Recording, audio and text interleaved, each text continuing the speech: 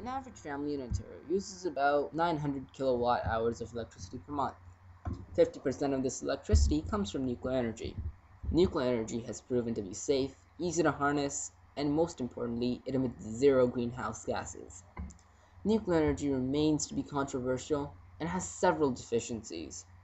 One of the areas of major concern is the low ratio of electricity production to the amount of thermal energy produced with nuclear fission, and I believe this issue can be resolved with an additional secondary method of electricity. The CANDU reactor generates energy from nuclear fission.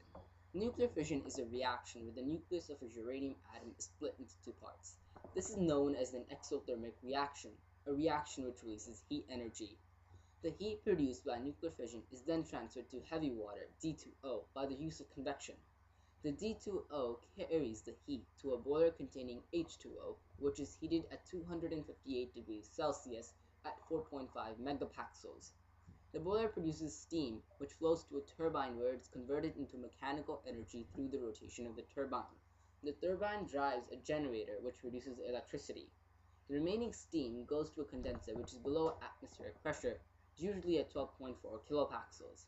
The temperature of the steam is around 50 to 70 degrees Celsius.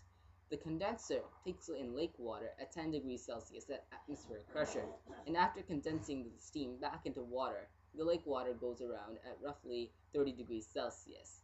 Before condensing the remaining steam, we could possibly add a secondary method of electricity generation, improving the overall efficiency of nuclear power plants. The CANDU reactor has waste heat which is near 50 to 70 degrees Celsius. With this heat, there is a possible method to create additional electricity. The thermoelectric effect is the direct conversion of heat into electricity due to a temperature difference.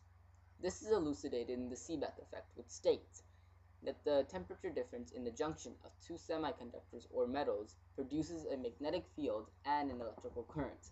The Seebeck effect is used in a device known as a thermoelectric generator. Electricity is a service which humans have begun to take for granted. The amount of pollution created by power plants is on a rise as developing countries increase their need for electricity. The one goal that is common between scientists and engineers is to make our current electricity generation systems more efficient. By adding this secondary method of electricity production, we are accomplishing this goal.